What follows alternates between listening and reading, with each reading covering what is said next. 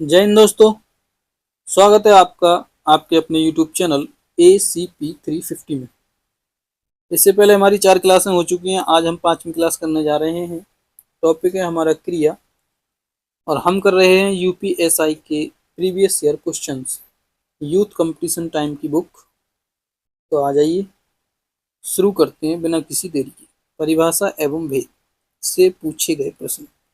प्रश्न संख्या 1, निम्नलिखित प्रश्न में वाक्य के संरचना के आधार पर उनके भेद बताइए।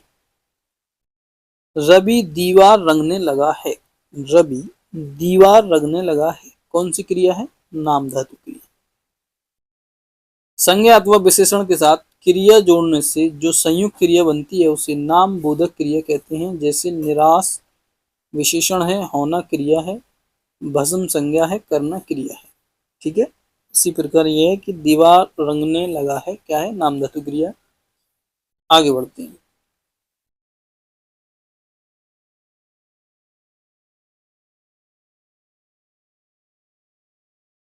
प्रश्न संख्या 2, निम्नलिखित प्रश्न में वाक्य के संरचना के आधार पर उसका भेद बताइए।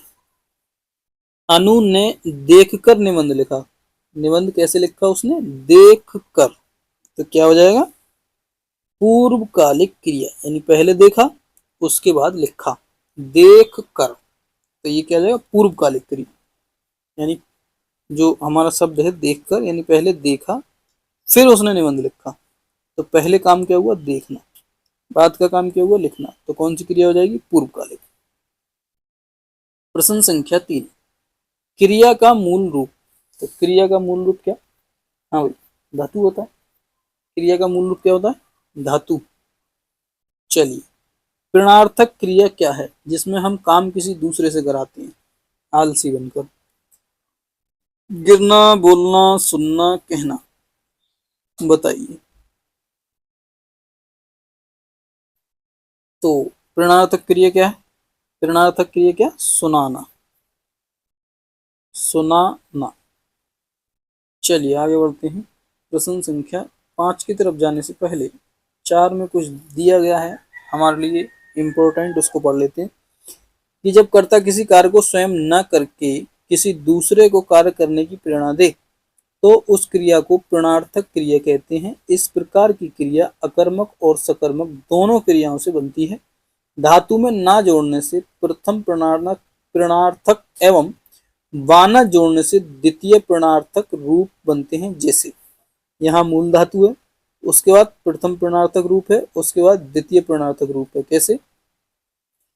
ऐसे। कर से हो जाएगा कराना और द्वितीय हो जाएगा करवाना। सुन से सुनाना और सुनाना से सुनवाना। खा से खिलाना और खिलवाना। ठीक है। प्रश्न संख्या 5, जागना मूल रूप क्रिया का प्रथम प्रणर्थक रूप क्या होगा? जागना का हो जाएगा जगाना प्रथम, और द्वितीय क्या हो जाएगा? जगवाना।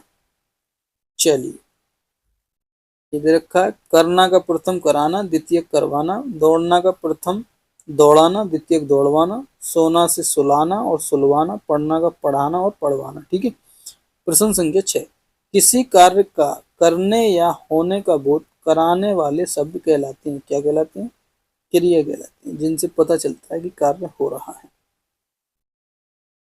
प्रश्न संख्या 7 है कि धातु कहते हैं। अरे भैया, इतना सरल पूछेगा? क्रिया के मूल रूप को धातु कहते हैं। क्वेश्चन रिपीट हुआ है, थोड़ी सी लैंग्वेज चेंज है और रिपीट आगे भी होगा। तो किससे देखेंगे? महत्वपूर्ण दृष्टि से। माँ ने पिताजी से सामान मंगवाया, प्रणर्थक क्रिया हो जाएगी। किसी दूसरे से कार्य करवाया। क्वेश्चन नंबर 9 है कि क्रिया का मूल रूप क्या कहलाता है। फिर क्वेश्चन रिपीट हुआ है, आगे भी रिपीट होगा।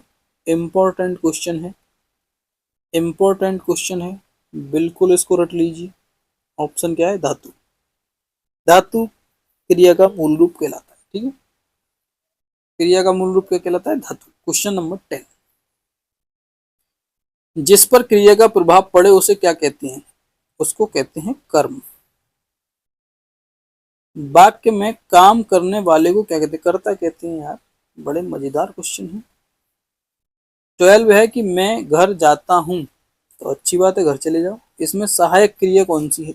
सहायक क्रिया कौन सी है? तो सहायक क्रिया है हूँ, जाता हूँ। 13,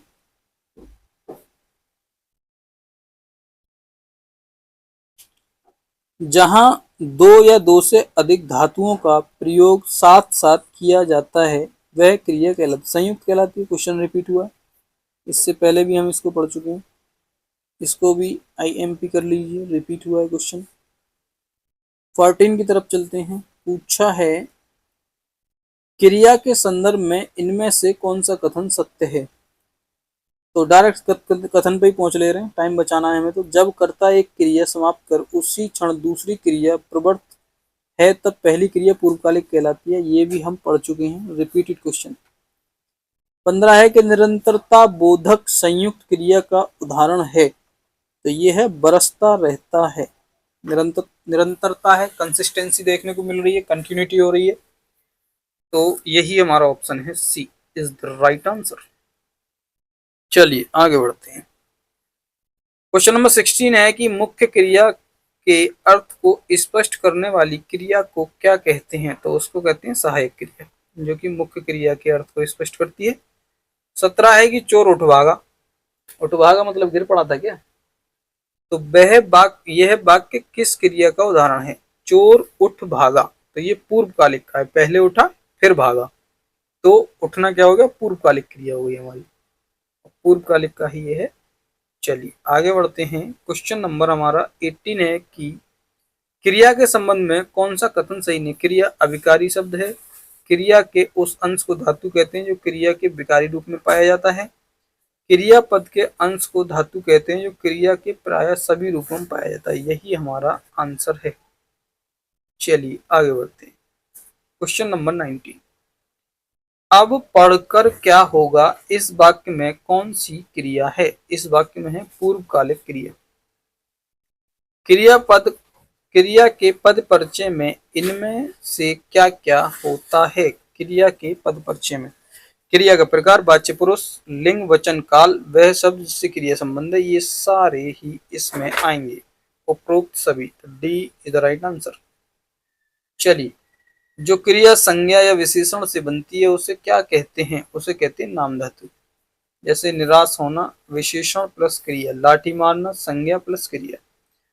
प्रवीण के भाई ने प्रथम पुरस्कार प्राप्त किया, उपयुक्त वाक्य में कर्ता है प्रवीण का भाई। कहाँ है मेरा? प्रवीण का भाई। चलिए, हाँ जी, अगला क्वेश्चन है, उपयुक्त वाक्य में क्रिया है के ने प्राप्त किया या प्रथम प्राप्त किया, ये क्रिया है। चलिए 24 की तरफ। हाँ जी, 24 है कि उपयुक्त वाक्य में कर्म है प्रथम पुरस्कार। 25 है कि बिल्ली खेल रही है, इस वाक्य में क्रिया किस काल का बोध करा रही है? तो कंसिस्टेंसी दिखाई पड़ रही है ना, अपूर्ण वर्तमान है, यानी कि चीजें हो रही हैं अभी। बिल्ली खेल रही है, खेलना बंद नहीं किया है, अपूर्णता का बोध हो रहा है। क्वेश्चन नंबर 26 है कि जब कर्ता एक काम समाप्त कर उसी क्षण दूसरी क्रिया करे, रिपीट हुआ है क्वेश्चन। इंपॉर्टेंट की दृष्टि से देखेंगे इसको, महत्वपूर्ण की लिस्ट में डालेंगे इसको। पूर्वकालिक क्रिया कहलाती है। पूर्वकालिक क्रिया से क्वेश्चन ज्यादा रिपीट हो रहे हैं। पूर्वकालिक क्रिया को महत्वपूर्ण की दृष्टि से देखेंगे। इनमें से क्रिया के किस रूप में कर्ता के अनुसार लिंग परिवर्तित नहीं होता? तो ये नहीं होता, भूतकाल कालिक रूप में लिंग परिवर्तन नहीं होता। सकर्मक की तरफ बढ़ते हैं कि मोहन पिताजी को पत्र लिख रहा है, वाक्य में क्रिया का भेद प्रयुक्त हुआ है, कौन सा? सकर्मक भेद हुआ है, D is the right answer. अगला है यानी कर्म के सहित, सकर्मक का मतलब ये है, निम्नलिखित प्रश्न में 4 विकल्प में सही सकर्मक क्रिया का उदाहरण पहचानिए। कशिश हंस रही है, हंसने दो। सूरज उग रहा है, उगने दो। चिड़िया उड़ रही हैं, उड़ने दो। सीता बीणा बजा रही है, ये है सकर्मक क्रिया। आगे बढ़ते हैं। 30 है हमारा कि सकर्मक क्रिया में इनमें से किस पर प्रभाव पड़ता है। सकर्मक क्रिया में कर्म पर प्रभाव पड़ता है कि जैसे वीणा वीणा बजा रही है तो उसका प्रभाव उसी पर तो पड़ रहा है, इफेक्ट जो भी पड़ रहा है, बजाने में उंगलियों में दर्द हो रहा है या जो भी उसका दिमाग वो यूज कर रही है कि कैसे बजाना है कैसे नहीं बजाना है। चलिए आगे बढ़ते हैं। अच्छा जी, रचना की दृष्टि से क्रिया के दो भेद होते हैं, अकर्मक और सकर्मक। बहुत पहले पढ़ चुके हैं हम लोग। राम सेब खाता है, कौन सा प्रकार है? तो राम सेब खाता है, सकर्मक क्रिया, उसी पर इफेक्ट पड़ रहा है, मुंह चल रहा है उसका, उसको उससे पोषण मिलेगा। जिस क्रिया का फल कर्ता पर न पड़कर कर्म पर पड़े उस क्रिया को क्या कहते हैं? उसको कहते हैं सकर्मक क्रिया। सेब पर भी तो इफेक्ट पड़ गया। आइए 33 तरफ। मोहन किताब पढ़ता है, बहुत अच्छी बात है। क्रिया का कौन सा प्रकार है? तो वही सकर्मक है। इनमें से सकर्मक क्रिया का कौन सा है? वाक्य कौन सा है? सकर्मक क्रिया का वाक्य है कि बालिका निबंध लिख रही है। 35 है कि राम श्याम की किताब पढ़ता है। इस वाक्य में क्रिया का कौन सा प्रकार है? तो इसमें है सकर्मक प्रकार। 36 है कि मूल अकर्मक धातुओं के साथ प्रत्यय जोड़कर बनाई गई क्रिया कौन सी धातुएं कहलाती हैं? तो ये कहलाती हैं साधित सकर्मक धातु। 37 है कि मैं लड़कों का को वेद पढ़ाता हूँ, इसमें कितने कर्म हैं? तो इसमें कर्म हैं हमारे, कितने हैं? 2। मैं लड़कों को वेद पढ़ाता हूँ। चलिए, लड़का और वेद। आगे बढ़ते हैं। Question number 38। इनमें से सकर्मक क्रिया का उदाहरण कौन सा है? सोहन केला खाता है, ये सकर्मक क्रिया का उदाहरण है। राम लक्ष्मण को पत्र लिखता है, ये भी सकर्मक है। आई प्रणर्थक। राम लक्ष्मण से पत्र, अच्छा लिखवाता है, सॉरी मैंने गलत पढ़ लिया, लिखवाता है तो क्रिया दूसरे से कराई जा रही है, प्रणर्थक हो रही, सीधी बात है। हाँ ये आ गया, देखिए, लिखना से लिखाना और लिखवाना, खाना से खिलाना और खिलवाना, काटना से कटाना और कटवाना।